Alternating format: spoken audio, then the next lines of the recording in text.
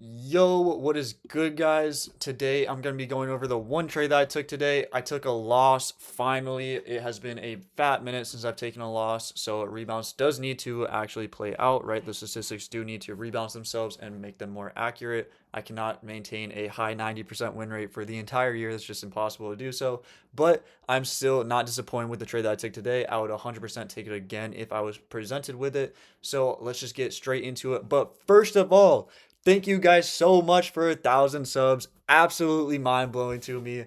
Literally, like, I can't even believe it, bro. Insane to think that we are there. So let's just get straight into it now. Starting on the high time frame, what was I looking at? Well, initially I came in with a very bullish bias. Why is that? Well, look to the left of us. We just respected these 4 hour gaps as well as this daily gap from yesterday, right? We were printing this fat rejection wick inside of it, closing back above the CE of that gap. And then you zoom down to your 1 hour time frame, you can see what? Well, we are disrespecting these lower time frame 1 hour gaps and respecting these bullish 1 hour gaps over here. So we're disrespecting bearish, respecting bullish, delivering from sell side. That gives me an immediate bullish bias. What do we have as a possible draw on liquidity? Well, we have all-time highs right here that we just edged by a couple of points. On top of that, zooming into the 15-minute, what do we have leading up to all-time highs? Well, we have this low resistance liquidity leading up to all-time highs. That is an immediate bullish bias for me. Now let me go to 9:30. I'm going to delete this. At 9:30, we have what? Well, we have a 15-minute gap at open right here that I could see the possibility of us trading higher off of because we did tap this 4 hour gap. If we fail to do so and we just want to trade lower through this gap, I would expect a resweep of this low before then delivering higher to this unfilled 30-minute that will open at market open as well as data, and then inevitably the low resistance leading up to all-time highs. While on ES over here, if you look over here on ES, we have what? We have that same 15-minute gap, but then we don't have any other high time frame gap to the left of us under that 15-minute gap, right? You can see we inverse this 1 hour, we inverse the 15, we inverse the 30-minute. Everything over here is getting inversed, whereas we only have this 15-minute gap on our current leg of price action. So if we are not showing immediate signs of bullishness out of this 15-minute, I would need to see us trade all the way lower into this 4 hour on ES before I can take any type of long. The reasoning for this is because anywhere in this area of price, it does not make sense for price to distribute off of because there's no key level here. Now coming into the day, what did market do at open? Zoom back out. At open, we trade into that 15-minute gap immediately. So now all I'm looking for is, do we get an immediate inversion out of this? The answer is no. And then from here, I see how close ES just got to the sell side because the fact that this is more of a generation of high time frame liquidity rather than me expecting it to be a reversal point, right? I would rather see this just get swept. And in this being swept, I would also need to see this 4 hour get hit because it doesn't make sense to distribute price from here. So from that area, I just waited and waited and waited until this 4 hour on ES gets hit. You can see we also resweep this low on NQ, right? Meaning that this is a 4 hour gap that we are now inside of. You can see this 4 hour gap holding right here. Dropping back down to the 1 minute. What do we have going on here? Well, we have one last resweep on ES, right? We put in this SMT with ES right here, you can tell, followed by immediate displacement up. So now what do we have on both pairs? Well, we have our high time frame liquidity pools, our high time frame gap tap. We have our low time frame stop hunt right here.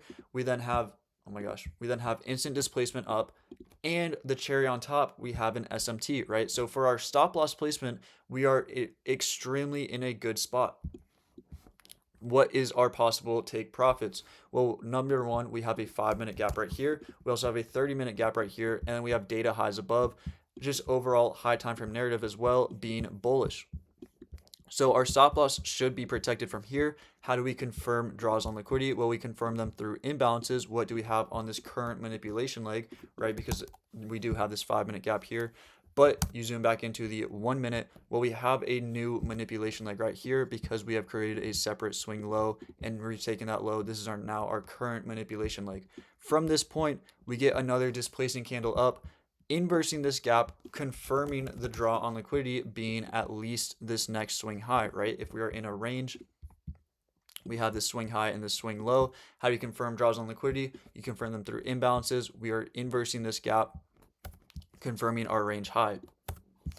Now on ES, yes, ES did not inverse this gap, but does that matter? No. Number one, ES's stop loss should still be protected. We have this SMT as well as a sweep into a 4-hour fair value gap, followed by displacement up. All I need to see is ES to start to close bullish with a healthy candle. I mean, I don't want to see a rejection wick like this being printed where we're clearly reacting off of these gaps to the left of us. Instead, I would want to see some sort of body close that is healthy on ES like it is here. You can see we're not printing any fat wicks. We're printing majority of a body and a very healthy body at that. As well as on ES, we are also printing super healthy bodies. Now taking a look at the 15-minute, what is this 15-minute wick doing? Well, we swept into our high time frame PD array, being that 4-hour gap, and are printing what? Fat high time frame rejection wicks. This is a very good sign where we sweep outside the range and are not closing back within it. So we have these slanted lows leading up to our 5-minute gap. We also have these little slanted lows up here that lead up to our 30-minute gap, as well as just on the high time frame, we have all of these being draws on liquidity. Why was I not worried about having to go break even at the 5-minute gap? So I think it was like actually the swing high right here. Why was I not going to go break even at this 5-minute gap? Number one, the displacement that we are getting right here. We are now opening up aligning P arrays. So if anything, I'm expecting this 5-minute gap to offer a retrace rather than a reversal, right? On top of that, I'm expecting this 5-minute gap to just be a imbalance in price, because after all, what is a fair value gap? A fair value gap is just an imbalance, meaning that the market likes to rebalance. Therefore, this 5-minute gap should get filled rather than reject. If my high time frame drawn liquidity is going to be bullish, we should go and fill this imbalance, rebalancing it rather than reject off of that imbalance. So that is my entire reason for not going break even at this 5-minute gap and then wanting to hold to this 30-minute gap. So from there, I put my long there. I got filled at around 50. Stop loss was at this SMT low, and then my take profit just at a 1-to-1, using these data highs as my magnet for price to go higher through my take profit, right? Taking my low hanging fruit at this 30-minute gap. Obviously though, just taking my 1-to-1 because I don't quite get it there. I just extend it a little bit, assuming that price is going to continue to be bullish all the way to all-time highs. But unfortunately, I do get stopped out in only a couple candles, and you can tell, right? When I am wrong, I tend to be very, very wrong, right? I got stopped out by another 200-point move down. Would I take this trade again?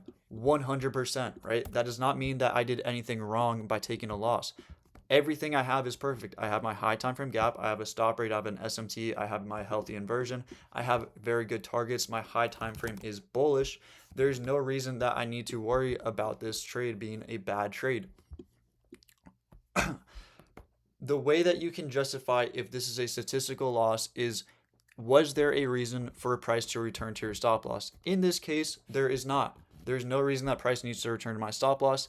There's all the reason to reject right here. Is there a reason for price to draw to my take profit? Yes, there is. There is all the reason to draw towards my take profit, being all-time highs, low resistance, data, unfilled gaps.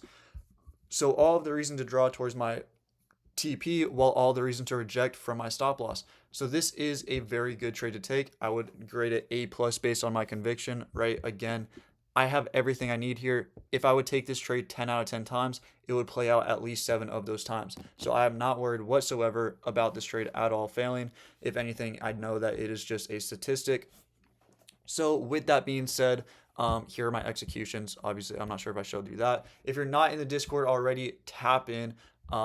Bunch of people in there learning a lot, seeing consistent wins in there. So tap in there. Also like, comment, sub, all the good things. I appreciate y'all so much for watching, and I hope that you guys have a great rest of your day. Tell somebody you love them. Don't gamble. Do something productive, and have a good one. I'll see you later.